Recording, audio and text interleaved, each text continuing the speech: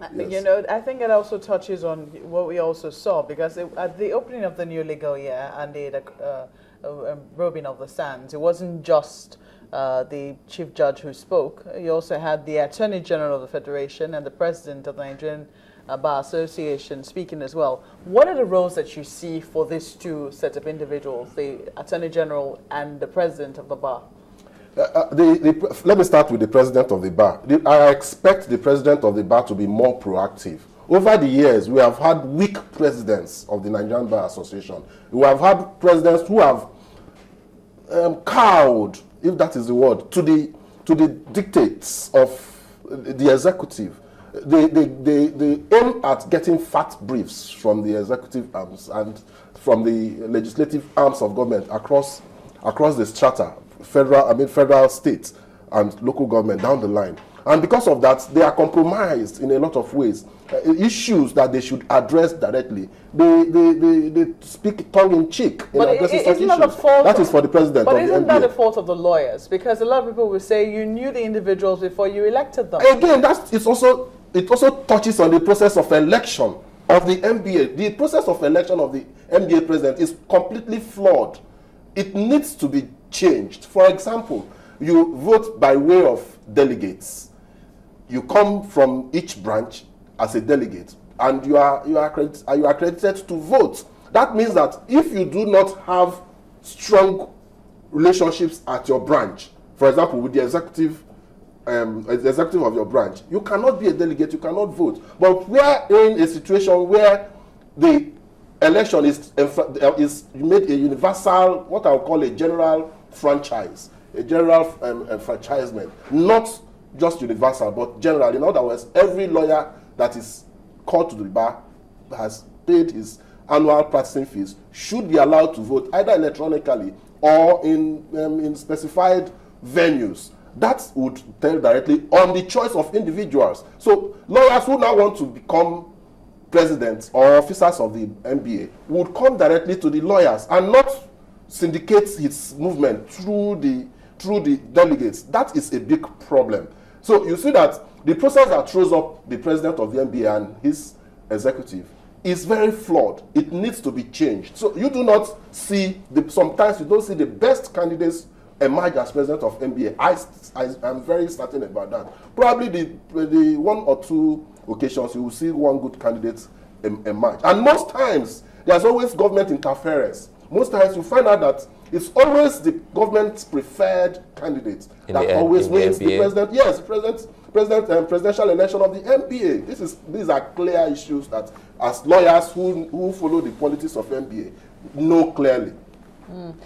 You know, that is for the president of the NBA. You have a new president now. Yes, he was just recently sworn in. Yes. What do you think he should be doing? Leonard's son, Augustine Alege, is a gentleman and someone I have studied over the years. I think he's a good person for that position presently. Now, how he carries out his duties is another thing. I have had opportunities of sending him messages as to my suggestions as to how to carry the NBA forward. I think that from his responses to my text messages, he is very much well aware of what he needs to do to take us forward. So I think that he needs to be given the opportunity to show his stuff for us to begin to judge him. But for now, I think he's a good candidate. Expectations should be high.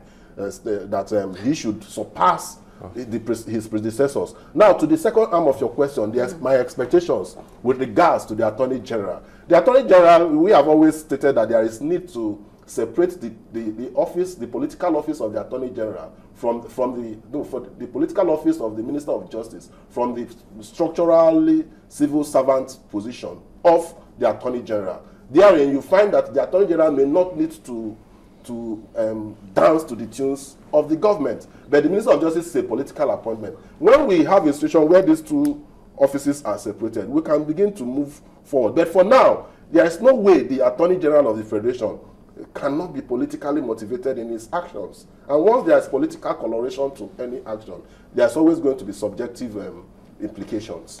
You know, when you talk about subjective implication, let's bring this one quickly from Promise. He wants us to find out from you. He says, well, the best judicial reform is complete judicial autonomy. And his argument is that with government appointing officers, well, there's bound to be some form of loyalty to that particular government appointing You cannot such force that key argument. officers. So Yes. the judicial autonomy is one key area he wants Yes, lawyers. you cannot and- fault that argument. We need judicial autonomy. A situation where the executive appropriates expenditure for the judiciary is unbecoming, it's unwarranted, it's unnecessary. We need the judiciary to fund itself.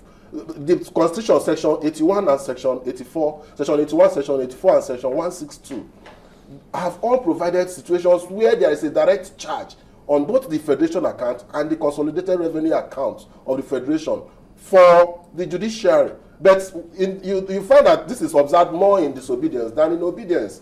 And thankfully, recently, a federal high court, under the instigation of Olisa Abakoba, Senior Advocate of Nigeria, has decided and held that what has been happening all this while is wrong, and that it portends danger for the independence of the judiciary.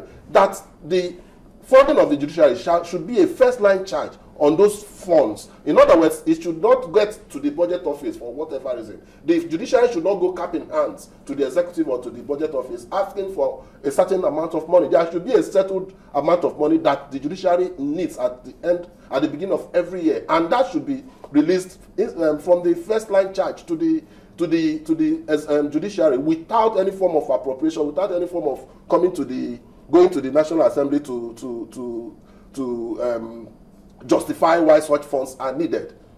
Why you give this as a recommendation? Are you saying that the hands of the Attorney General as it currently stands is tied?